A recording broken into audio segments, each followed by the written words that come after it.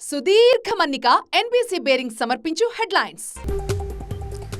తెలుగు రాష్ట్రాల ముఖ్యమంత్రుల భేటీకి ముహూర్తం ఖరారైంది. రేపు సాయంత్రం 6 గంటలకు ప్రజాభవన్లో రేవంత్, చంద్రబాబు సమావేశమవుతారు. విభజన అంశాలపై, విద్యుత్ బకాయిలపై ఇద్దరు సీఎంలు చర్చిస్తారు. హైదరాబాద్లో భూములు, ఆస్తులపై ఏపీ ప్రభుత్వం కన్నేసిందని ఆరోపించారు మాజీ ఎంపీ వినోద్ కుమార్. రేపు ఏపీ సీఎంతో జరిగే భేటీలో రేవంత్ రెడ్డి కాంప్రమైజ్ కాకూడదన్నారు. తెలంగాణ హక్కులపై గట్టిగా పోరాడాలన్నారు. ఢిల్లీలో ఏపీ సీఎం చంద్రబాబు కేంద్ర మంత్రులు రాజ్నాథ్, నిర్మలా సీతారామన్, జేపీ నడ్డాలతో భేటీ అయ్యారు. ఏపీకి సంబంధించిన అంశాలపై చర్చించారు. బడ్జెట్ కేటాయింపుల్లో ఏపీకి ప్రాధాన్యత ఇవ్వాలని కోరారు. రైతు భరోసాపై భేటీ అయిన తెలంగాణ కేబినెట్ సబ్ కమిటీ కౌలు రైతుల్ని గుర్తించడంపై ఫోకస్ పెట్టింది. వ్యవసాయం చేయని భూముల్ని రైతు భరోసా నుంచి తొలగించాలని, పేద రైతులకు లబ్ధి చేకూర్చాలని నిర్ణయించింది.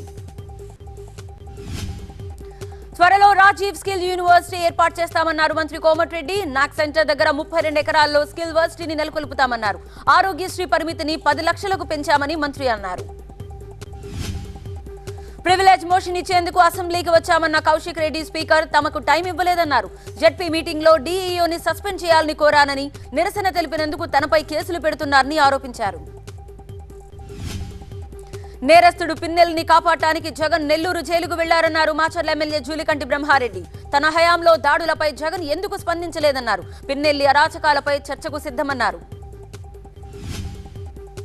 కొడంగల్లో అంగన్వాడీలు రాస్తారోకో నిర్వహించారు. జియో నెంబర్ 10 రద్దు చేయాలని, రిటైర్మెంట్ బెనిఫిట్ 2 లక్షలు ఇవ్వాలని, హెల్పర్స్ కి ₹1,00,000 పెంచాలని డిమాండ్ చేస్తూ అంగన్వాడీలు ధర్నాకు దిగారు. వికారాబాద్ జిల్లా కేంద్రంలోని అనంతగిరిపల్లి సాంఘిక సంక్షేమ గురుకుల పాఠశాలలో 18 మంది విద్యార్థులు అస్వస్థులయ్యారు. ఫుడ్ పాయిజన్ కారణంగా కడుపు నొప్పి, వాంతులతో బాధపడ్డారు. ఆసుపత్రిలో చికిత్స కొనసాగుతోంది. సుదీర్ఘ మన్నిక ఎన్బీసీ బేరింగ్ సమర్పించు హెడ్లైన్స్.